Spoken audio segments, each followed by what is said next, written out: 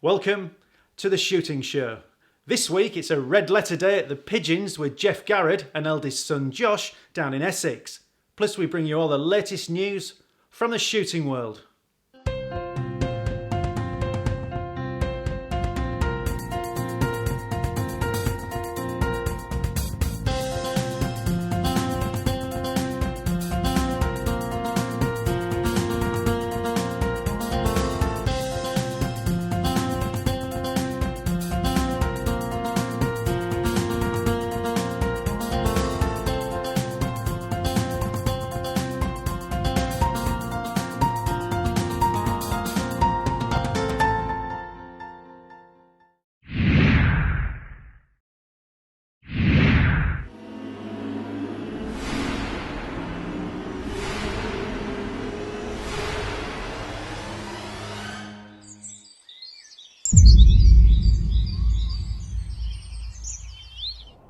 Well, it's the last bit of drilling on this particular farm.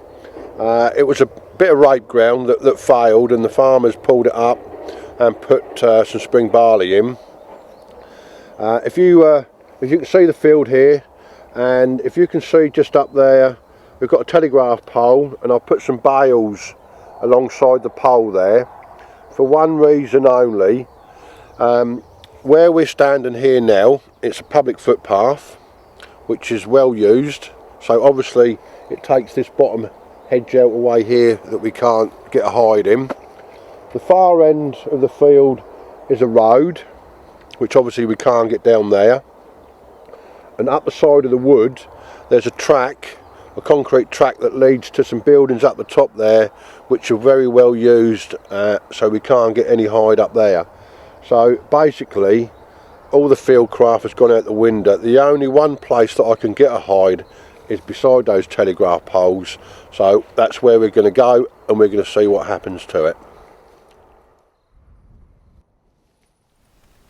There'll be double decoying action today with Garrod Senior and Junior in the bale hide. Many hands make light work, and the hide is soon assembled.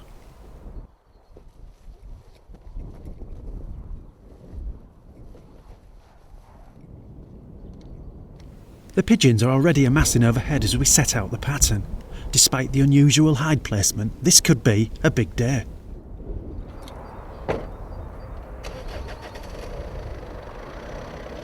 As soon as Geoff's moved the pickup out of the way, we can get to it. Incredibly, the birds start to decoy in before we've even made it back to the hide. Once we're finally in position, Geoff gets his first customer. But it's not a pigeon, it's a crow. With the warm-up shot out of the way, it's time to concentrate on the day's primary quarry.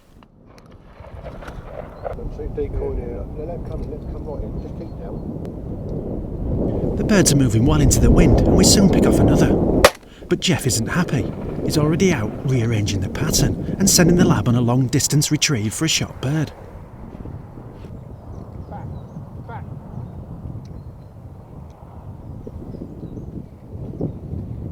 Back behind the hide, Geoff stokes up the gun with Ely Pigeon Selects and resumes the task at hand. The boys have two Browning guns with them. Geoff's primary tool will be the Maxus semi-auto, but to add some variety, he'll also be making use of a 725 20 bore.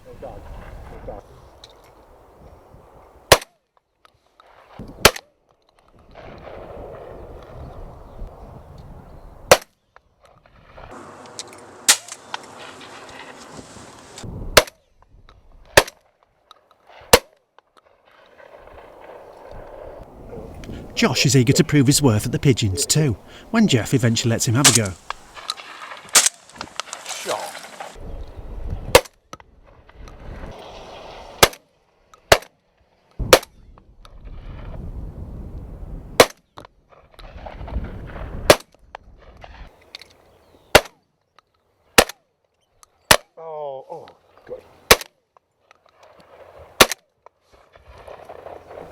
An hour in, and this is exceeding all our expectations so far.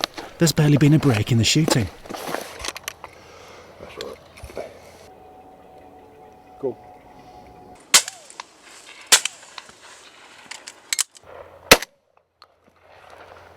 Little and often is Geoff's strategy for the pattern. He emerges regularly to make small tweaks and right any birds that have fallen upside down. As we return to the hide, Josh takes charge of the semi-auto.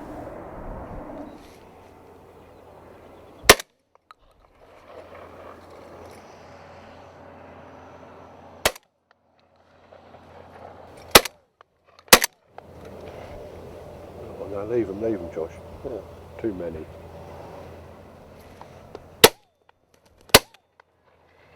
Lovely. With the guns changing hands again, the boys can really get into rhythm.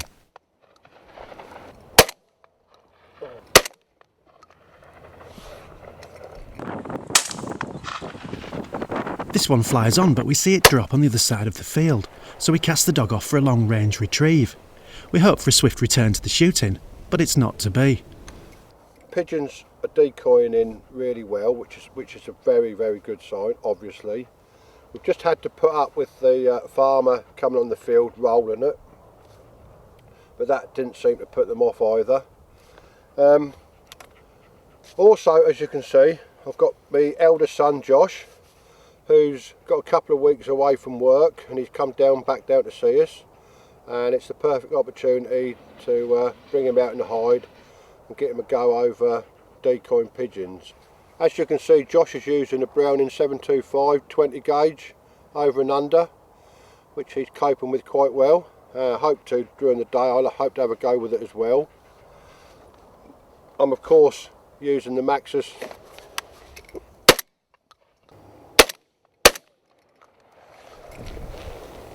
I'll be with you in a minute.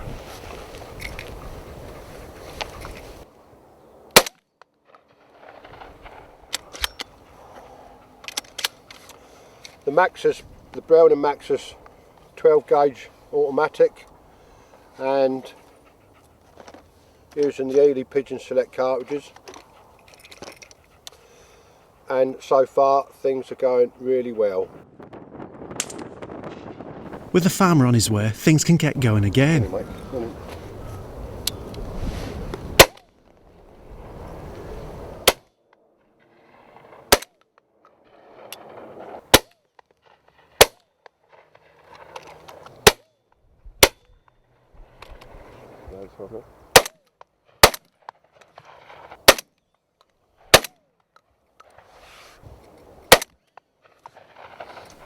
Our decoying duo have really got their eyes in now, with just the occasional miss in between plenty of clean kills. Another change to the pattern provides a momentary break, but it's clear that this constant tweaking is working.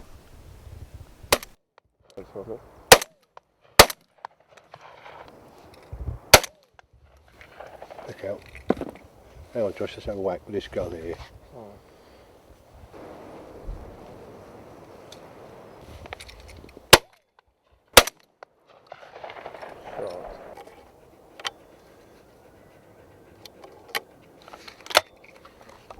It might not offer as many shots as his trusted semi-auto, but Geoff's clearly taking to the 20 bore. He's making his way through the VIP ammo so fast, we're starting to wonder if we've brought enough.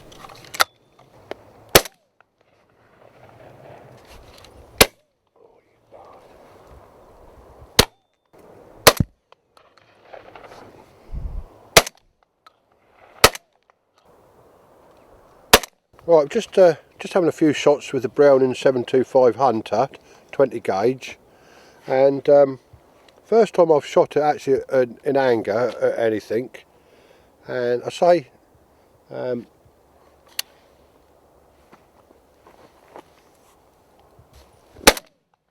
So much for that gun review. There are so many birds coming in, Geoff's got no time to talk.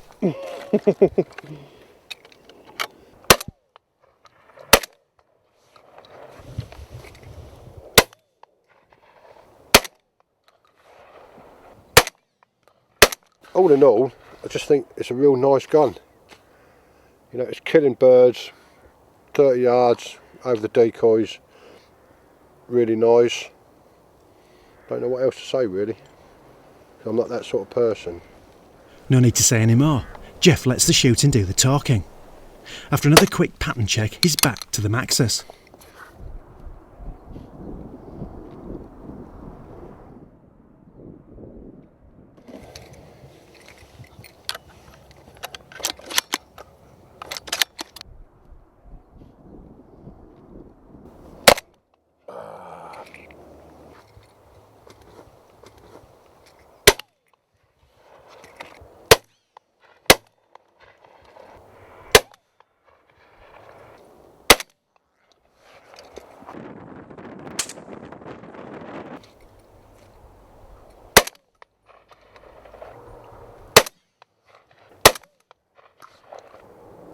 With the woodies coming in reliably in front of the pattern, Geoff can pick off shot after shot and build a bag steadily.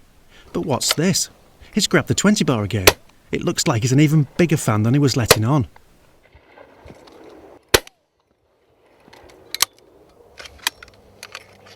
Get that on that first, yeah. And naturally that means Josh can engage the birds with the 3 shots of the Maxus. Typical dad.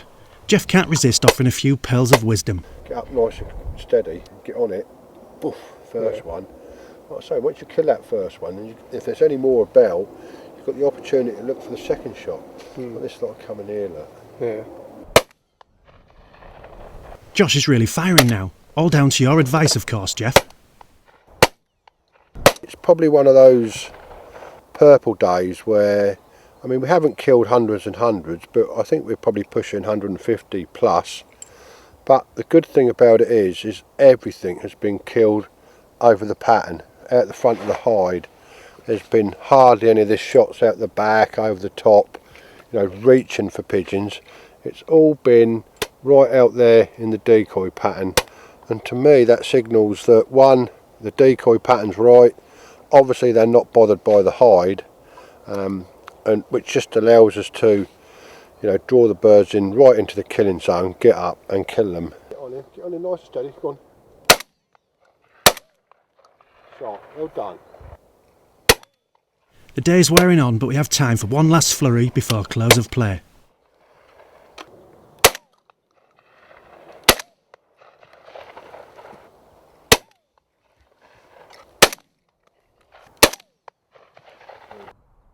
Right, well that's it for another day.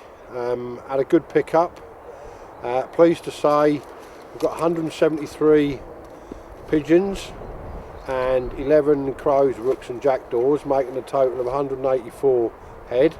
We've both been using Browning guns. I've got me favourable Browning Maxus 3-shot, shooting the Ely Pigeon Select 30 gram cartridges.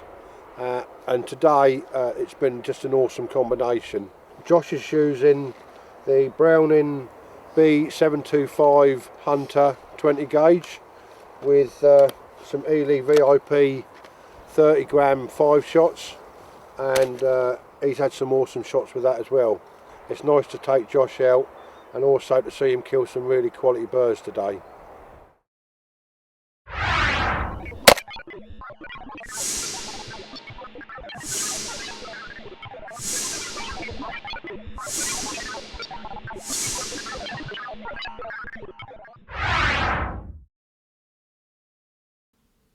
Geoff and Josh there, making a big dint in the local pigeon populace. And now, it's the shooting show news.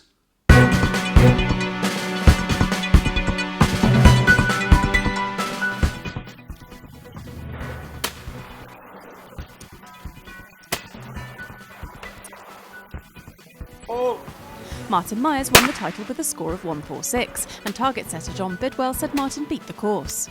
He shot Friday and hit 73 on each course before driving 6 hours to a selection shoot on Saturday, but then travelled back to High Lodge to pick up the classic trophy and a Zolly Z Sport supplied by Egger Brothers. I probably missed one easy one on stand 11 on the red. I can't remember. Oh, I missed 2 long loopers on the blue. There's still a lot of good shots to come yet, so yeah. I got a score on the board and everybody else got to chase it now. So. Ely Hawk's Andy Moon also shot Friday and hit 143 to claim the runner-up prize of a Zolly Kronos. Brilliant targets all round. I'd say that because, you know, obviously shot a reasonably good score. But no, obviously John's done a very, very good job, and you know, it's been nice to have the classic here. A full report will feature in the summer issue of Clay Shooting magazine, out next week, and you can download the full results on www.clay-shooting.com. Shooting lawyer Peter Glenser was reappointed chairman of BASC at the organisation's AGM last Saturday. The election comes after he took on the post temporarily following the resignation of Alan Jarrett just a few weeks ago. John Thornley was elected as vice chairman, with Oliver McClough taking on the role of chairman of the Executive and Finance Committee. For a full list of appointments, visit www.basc.org.uk. It looks like a record year for firearm and shotgun licensing, according to the BASC firearms team. The team has had more calls on its advice hotline than ever before, an average of 781 this year. That's double what they got when records began in 2007. You can call the firearms team on 01244 573010. And finally, the NGO's 2016 auction catalogue has been released. It's got more than 130 sporting lots to be won, including 49 game shooting lots and 27 stalking lots. There's also wildfowling, fishing, pigeon shooting and kit. If you can't wait to see what's in the catalogue, head to the NGO website and download it now. That was the Shooting Show news. Well, that's it for this week. Please like us on Facebook and follow us on Twitter. And if you're not a member of BASC, it's time to join now. BASC, looking after your sport, looking after you. This has been The Shooting Show, and thanks for watching.